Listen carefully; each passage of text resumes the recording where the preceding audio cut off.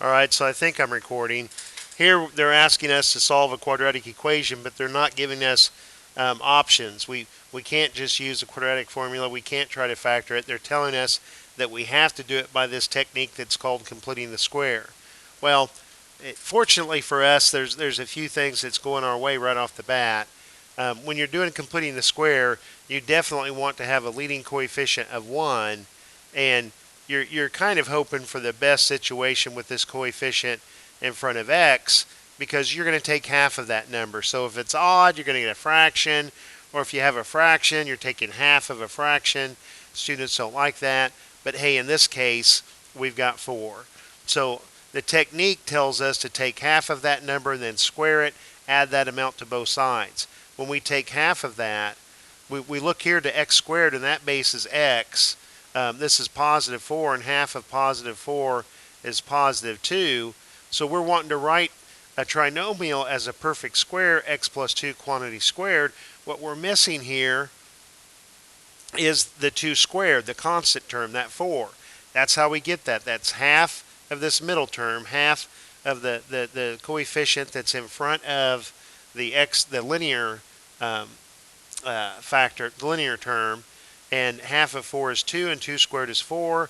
We add that amount to both sides. Alright, so now we can see that we're going to have to work with complex numbers. In the set of real numbers, if you square a real number, you'll only get 0 or positive. You'll never get a negative number. So here we're working with complex numbers. To get rid of this square, I need to take the square root of each side. When I take the square root of a variable, it introduces a plus or minus, and we typically put that plus or minus on the right hand side of the equation. That is not saying that the square root of negative, that it's always the principal square root, the positive square root, when we see this radical symbol. So the square root of x plus 2 quantity squared is just x plus 2, and we've got plus or minus. When we have the square root of negative 3, we can treat that as the square root of negative 1 times the square root of 3. The square root of negative 1, we know that's I. And the square root of 3, we're just going to leave it square root of 3. We can't simplify that because it's a prime number. Now to get x by itself, I'm just going to subtract 2 from both sides. And I've got negative 2 plus or minus I times the square root of 3, and I'm done.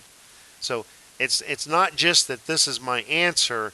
Remember that the answer was the whole thing, the technique, showing each step and showing how to get that. I can't just miraculously get this answer, or I can't get it by the quadratic formula when the directions say completing the square.